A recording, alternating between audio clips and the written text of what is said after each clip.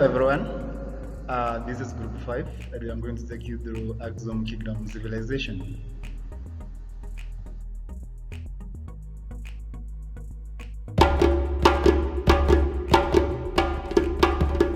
For the ancient Greeks and Romans, all of the land south of Egypt was called Ethiopia.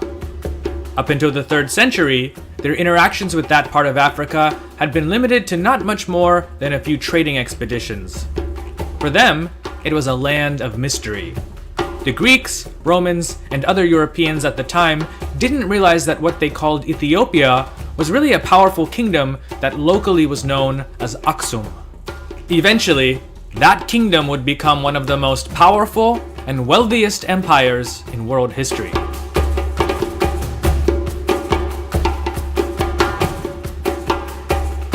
Axum ruled over a prosperous and influential kingdom during a time that many scholars believe was a golden age of African civilization. Axumite kings were the first to issue gold coins when few other kingdoms and empires in the world could do so in such quantity. The Axumites were also some of the most proficient builders of their day. Their royals were buried in magnificent tombs marked by tall stelae, some of which were the largest stone monuments in the world. There were probably a number of factors that led the city, or locality, of Axum to become a prosperous kingdom. One is that it had access to important international trade routes that crisscrossed the area, connecting it with the commercial traffic of the Nile and Egypt to the northeast, sub-Saharan Africa to the south, and the Red Sea to the west. I want to emphasize here that these were truly international routes that linked Axum with places as far away as India and China. In fact, Axumite coins have been found in both places. Axum's land was also blessed with a stable water supply and fertile soil for agriculture. Though in historical records we first hear of Axum in the late 1st century, it's clear that the city, as well as the kingdom, had been established earlier than that. Unfortunately, we don't have much information from that far back in time. However, as Axum became wealthier, both its political and cultural influence spread all over, from the Ethiopian plateau to the seacoast of what's today Eritrea. Eventually, it even ruled parts of southern Arabia. By then, it was the most powerful state in the region. In fact, a better word instead of kingdom would be Empire of Axum, since there were many smaller states that it either ruled directly over or exacted tribute from. Axum's ruler was called the Nagusa Nagast, meaning the King of Kings. So about these powerful kings. Unfortunately, again, we don't have a lot of information about them with the exception of 2 kings, Ezana and Caleb. Reigning from the 320s to about 360, Ezana is one of the most famous Axumite kings in world history. This is primarily for 2 reasons. One, he left several inscriptions that detail his conquests, as well as the vastness of his territories that he controlled. Many of these texts are written in 3 different languages: Greek, Sabaean, and the local Ge'ez language. Though Ge'ez is no longer the common tongue in Ethiopia, it's still used by the Ethiopian Church as a liturgical language. The second reason is because Ezana converted to Christianity, ushering in the start of Ethiopia's identity as a Christian nation. One can actually see Ezana's transition from the local polytheistic religion of his time to Christianity by examining the coins he had minted. His early coins have images of a disc and a crescent, symbols of the old polytheistic religion, while those minted towards the end of his reign feature the cross. In fact, he's the first Christian king anywhere in the world to have put crosses on coins. The story of how Ezana became a Christian is an interesting one. According to the Roman historian Tyrannius Rufinus, 2 brothers, Frumentius and Edesius, went with their uncle on what was probably a commercial trip along the African coast of the Red Sea. However, their ship was attacked by marauders, with everyone massacred except for the 2 brothers, who were sold to the king of Axum as slaves. The 2 boys gained favor at the court of the king, and shortly before his death, were given their freedom. Just before they were to return home, the now widowed queen, who was also the regent for her young son, Izana, begged for them to stay and to educate the new boy king in the ways of the world. The two agreed, with Frumentius becoming especially close to Izana. He also used his position to promote Christianity whenever possible. When Izana came of age and was able to rule by himself, the two brothers left, with Frumentius going to the Patriarch of Alexandria, Athanasius, and requesting him to send a bishop and some priests as missionaries to Axum. However, Athanasius, believing that Frumentius was the best person for the job, made him a bishop and gave him the task of converting the Axumites. Frumentius went back to Axum and eventually converted and baptized Izana. Not only did he become the first bishop of Axum, but he's also revered as the first patriarch of the Ethiopian Orthodox Church. Frumentius is also believed to have been the first to translate the Bible into the Ge'ez language. The next great Axumite ruler that we have substantial records of is the 6th century king Caleb. During his reign, the Axumite Empire was probably at its height. He's most famous for leading a military campaign around the year 525 against the kingdom of Himyar in what's today southern Yemen.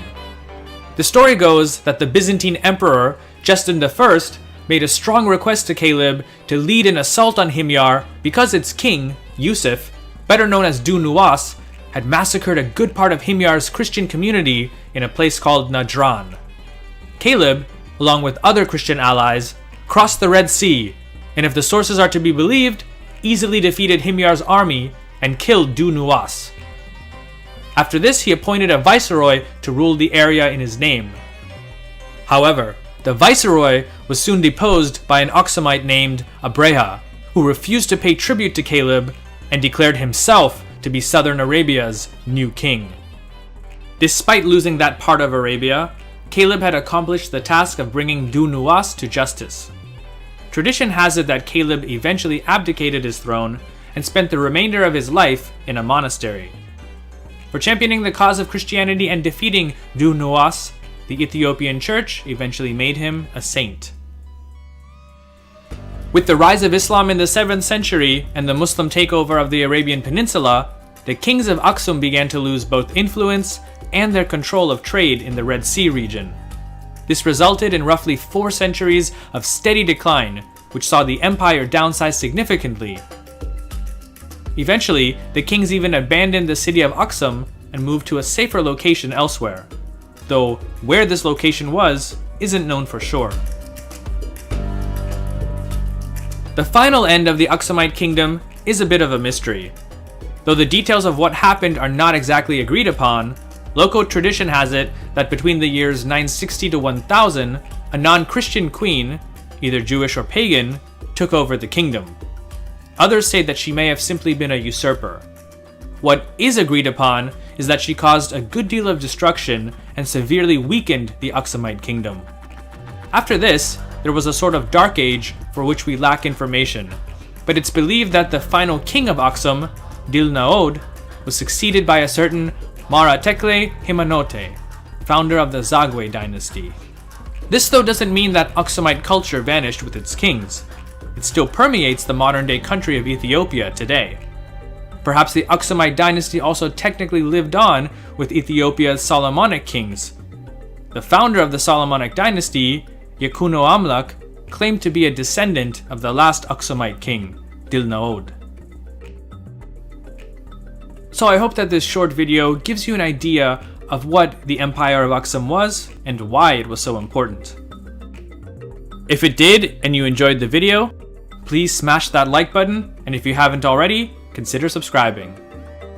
In addition, also check out the History with Sai podcast, where I go into more detail with regard to some of the topics that we discuss in these shorter episodes. It's available on all of the major platforms. You can also follow History with Sai on Instagram, Facebook, and Twitter. Once again, thanks so much for stopping by. Please stay safe out there, and I'll catch you in the next episode. Take care.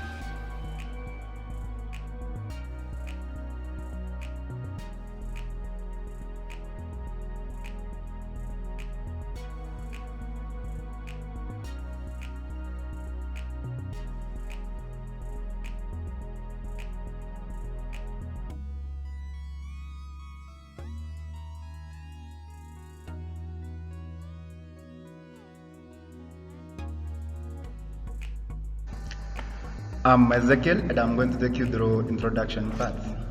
Well, the Axum of African, it was also spelled as Axum, A-K-S-U-M, was a civilization that existed for around 1,000 years, from 100 to 940 CE. It expanded across the region of, of the Red Sea and prospered until it was defeated by the rising Islamic groups of North Africa. The center of its kingdom was what is now called Ethiopia, near the Red Sea of the Arabian Sea. The Axum Empire became one of the most prominent trading civilizations in ancient Africa, and its influence spread to the nearby civilizations. However, it became almost completely dependent on its export and trade with other civilizations for the economic prosperity. Thank you.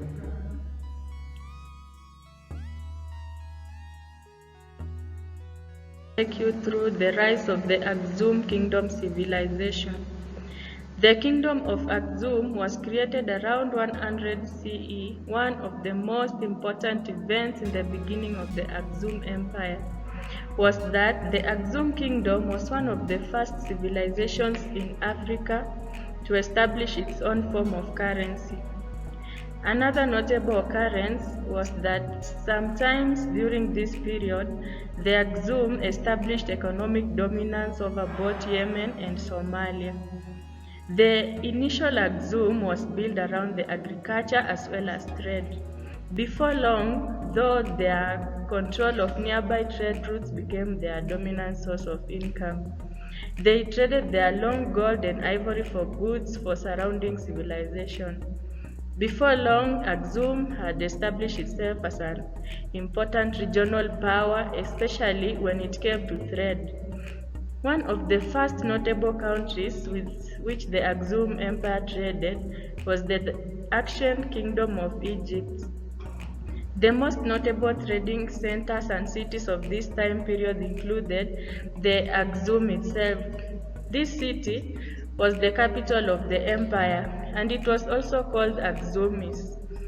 Another one was Adulis. This was the most important coastal city of the Axum Empire, followed by the Maloa. Maloa was the near present-day Djibouti and was another major port city. Thank you. I'm Peter, and I'm going to take you through the expansion of the Azam Kingdom. Azam Kingdom expanded as a result of several reasons. Reason number one being trade and commerce. They created various selling inventions which are very important as they heightened the availability and profitability of sea-based trade. They also allowed the kingdom to gain and maintain economic control of areas along the African coast. We find that the kingdom became the first civilization in Saharan Africa to convert to Christianity. Another point is that the kingdom destroys the kingdom of Nubia and establishes a tributary relationship over its descendants' kingdoms such as Faras, Soba, and Dongola. Lastly, at around 505 CE, the kingdom sent enormous military forces to Yemen and replaced its ruler, who had been rebellious by royal governor. This was aided by the aid of the Byzantine Empire. Thank you. I am Silas. I am going to discuss about the decline of the Axum kingdom.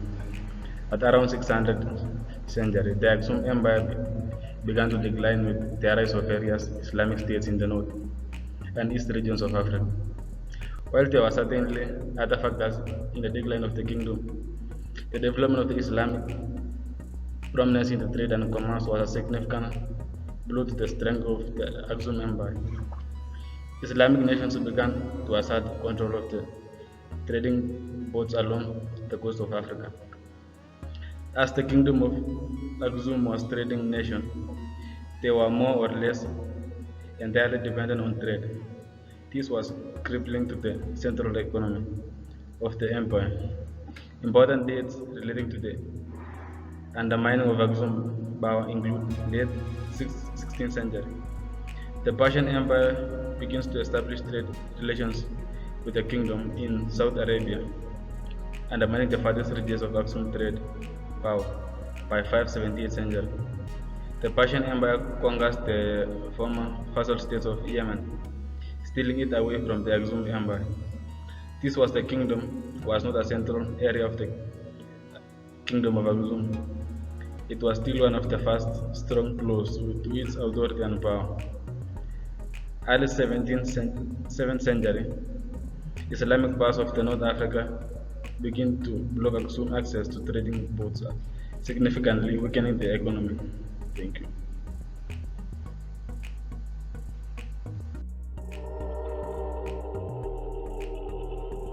Through cultural characteristics of the Axum civilizations.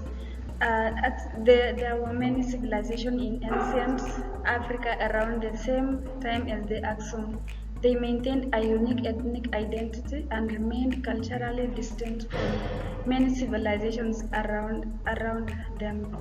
For instance, they had a unique religion and language. They also had unique agricultural practices and forms that distinguish their buildings from those created by other ancient African civilizations.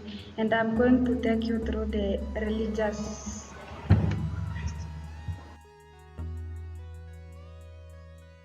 The initial religion of the Axum Empire was a unique native religion.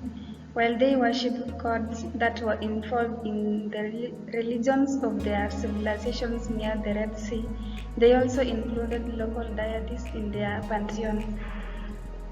The Axum also worshipped their ancestors and frequently offered buffin sacrifices to both their gods and their ancestors. They had many gods such as Marum, god of war, Hobas, god of moon, Almaka, goddess of the moon. The capital city of Axum became the center of Ethiopian Christian church, which still exists today. In conclusion, Axum has been known as an ancient civilization in present-day Ethiopia. It gained prominence as a major trading civilization, as we saw, until it was eclipsed by the Islamic civilization in North Africa. They were also the first sub-Saharan African civilization to create their own currency and establish their own unique rating language. Thank you for watching. That is the head of our presentation, and thank you for watching, guys. Goodbye.